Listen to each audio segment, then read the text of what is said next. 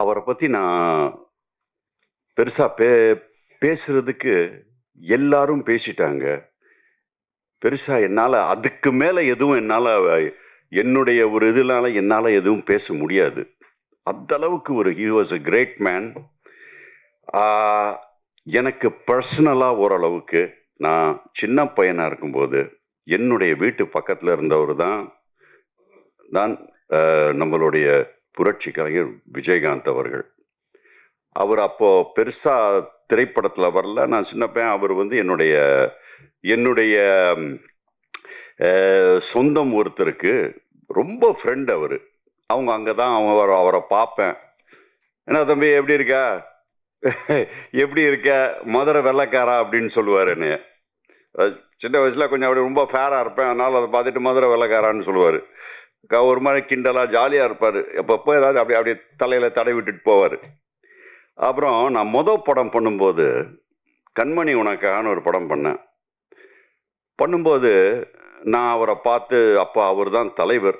நான் அவரை போய் பார்த்து வீட்டில் அப்படி போய் வெளியே போய் அப்படி நின்றுருந்தேன். ஆல்ரெடி பார்த்து வாங்க தம்பி உள்ள அப்படின்னு அவரே கூப்பிட்டார். நிறைய பேர் உட்காந்துருந்தாங்க. கூப்பிட்டு என்கிட்ட சொன்னார். நான் சொன்னேன், சார் என்ன ஞாபகம் இருக்கா அப்படின்னு கேட்டேன். அவர் அப்படியா அப்படின்னு இப்படி யோசிச்சாரு. இப்போ நான் சொன்னேன், நான் ஷிஹான் ஹுசைனியோட தம்பி.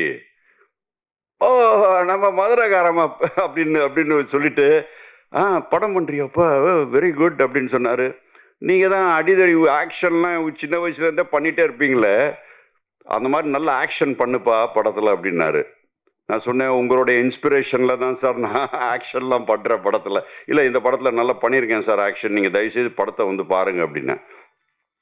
அவர் சொன்னாரு, எங்கேயோ ஒரு இதுக்கு போறேன், நான் கண்டிப்பா உன் படத்தை நான் கண்டிப்பா பார்ப்பேன் அப்படின்னு சொன்னாரு. பார்த்துட்டு என்னை தேடி கண்டுபிடிச்சி என் ஃபோன் நம்பர் கூட அவர்கிட்ட இல்லை. அப்புறம் மௌனம் ரவி அவர்கள்ட்ட கேட்டு என்னோட ஃபோன் நம்பர் வாங்கி எனக்கு கூப்பிட்டு, தம்பி பிரமாதமா ஆக்ஷன் பண்றப்பா, ஆக்ஷன் படமா பண்ணு அப்படின்னு சொன்னாரு. அதெல்லாம் அந்த காலம் அதை யோசிக்கும் போது ரொம்ப மனசுக்கு வருத்தமா இருக்கு. அவருடைய ஃபேமிலிக்கு என்னுடைய இரங்கல்கள். அவங்களுடைய வருத்தத்துல நான் ரொம்ப உண்மையிலே எனக்கு மனசளவுல எனக்கு ரொம்ப அதை கேட்ட உடனே, நான் வெளிநாட்டுல இருந்தேன், எனக்கு ரொம்ப மனசுக்கு ரொம்ப கஷ்டமா இருந்தது. அதனால அதைத்தான் நான் முக்கியமா அதை சொல்லிட்டு அதுக்கப்புறம் நான் மற்ற விஷயங்களுக்கு போறேன். ஸோ இப்போ படத்தை பத்தி கொஞ்சோண்டு சில விஷயங்கள் சொல்றேன். நான் வெளிநாட்டில் படித்து வளர்ந்து நான் நிறைய அமெரிக்கன் ஸ்கூல்ஸ் எல்லாம் வச்சுருக்கேன். பட் நான் படிப்பில் எப்போவுமே கொஞ்சம் நல்லா படிப்பேன். நல்ல படிப்பை எஜுகேஷனை ரொம்ப முக்கியத்துவம் கொடுக்குறவன். ஆனால் எனக்கு எப்போவுமே ஒரு ஆசை, பிகாஸ் உடம்பை கரெக்டாக வச்சுக்கணும். அது மாதிரி சின்ன வயசுலேருந்தே நான் என் பிரதர் எல்லாருமே மார்ஷல் ஆர்ட்ஸ், அதில் இங்கே தமிழ்நாட்டிலே அதை பெருசாக உள்ளே கொண்டு வந்தவங்க நாங்கள் தான் அந்த மார்ஷல் ஆர்ட்ஸை உள்ளே கொண்டு வந்தோம். அதாவது இஷின்ரியோ கராட்டே, இன்டர்நேஷ்னல் கராட்டே, அப்புறம் வெளிநாடுகளில் போய் ட்ரெயின் பண்ணிட்டு அங்கே போய் காம்படிஷன் பண்ணுறது. நான் இந்த வாள், இந்த டோன்ஃபா, இந்த மாதிரி சில வெப்பன்ஸ்லையும் நான் ஒரு ஸ்பெஷலிஸ்ட். சின்ன வயசுலேருந்து அது பண்ணதுங்க. அதனால இந்த மாதிரி சும்மா சுத்துறது யாராச்சும் போய் யாராச்சும் வாள் எடுத்துட்டு இவர் சொல்றாரு உண்மையான வாள் அப்படின்னு, அதை எடுத்து தயவுசெய்து ட்ரை பண்ணாதீங்க. It's not correct. டக்குன்னு நீங்க வெட்டினா இட் வில் பி டேஞ்சரஸ். அது பண்ணாதீங்க.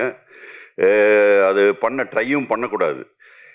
ஸோ அது சொல்லிட்டு இப்போ இந்த படத்தோட சில விஷயங்கள் சார். நான் முதல்ல என்னன்னா, த மோஸ்ட் இம்பார்ட்டன்ட் திங், நான் என்ன எப்பவுமே நினைப்பேன்னா, நான் நிறைய படங்களை பார்ப்பேன், நான் நடிப்பேன்.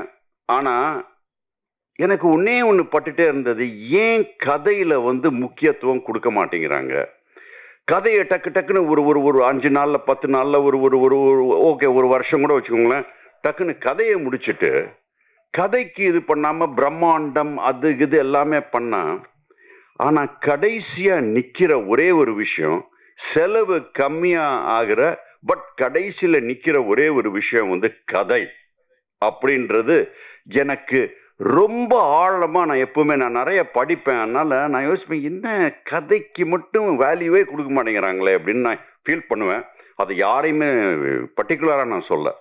ஸோ நான் பண்ண ஒரு விஷயம், கதையத்தான் நான் வந்து ரொம்ப ரொம்ப முக்கியத்துவம் கொடுத்தேன். நீங்கள் இந்த படத்தை பார்த்தீங்கன்னா, when you watch the movie, உங்களுக்கு ஒண்ணே ஒன்று படம், கதை கதை கதை, திரைக்கதை. இதைத்தான் ஹவ் ஒரு நாட் போட்டு நாட்டை அவுக்கணும், நாட்